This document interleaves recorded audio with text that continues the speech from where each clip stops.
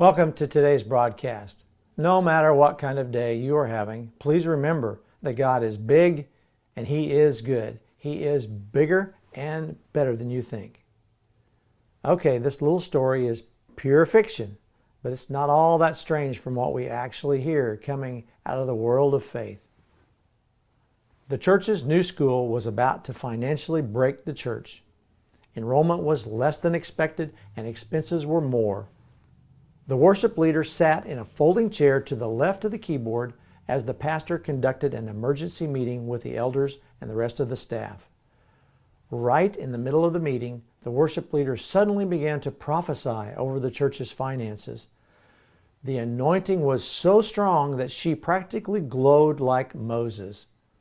When the worship leader was done speaking, the church secretary had taken about 2 pages of notes. Now, the next day, after the pastor had taken action on those notes, the church received six very large anonymous gifts that put the church's finances well back into the black. The following Sunday, while sitting in that same folding chair, the associate pastor received a word from the Lord regarding healing in the congregation. As a result, three terminal cancers were healed within just a few days. Well, now in no time at all, the word got out, and people from all over the country were sending in pieces of cloth, asking the church to anoint them. It wasn't long at all until whoever sat in that folding chair usually sat on a pile of prayer cloths about 3 inches thick. Well, the pastor then wrote a book called The Miracle of the Folding Chair, which was quickly turned into an inspirational movie produced by a small faith-based production company.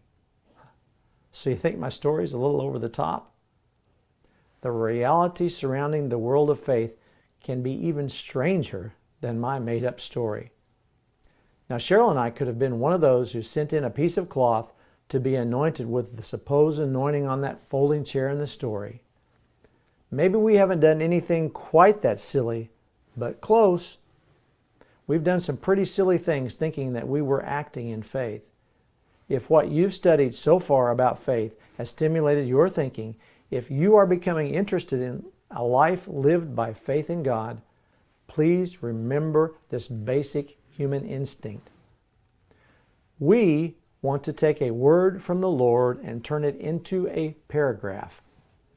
We want to take an encounter from the Lord and turn it into a doctrine.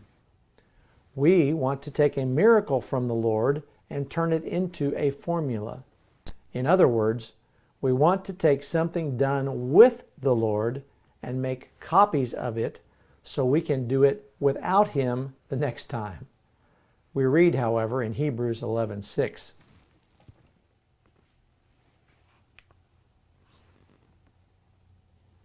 And it is impossible to please God without faith. Anyone who wants to come to Him must believe that God exists and that He rewards those who sincerely seek Him. It is impossible to please God without faith. That in itself is a hard enough sell to Christians in America. But an even harder sell is the reality that we can't live by faith in God without the very presence of God. For more, please visit givethatmountain.org, and you have a wonderful day.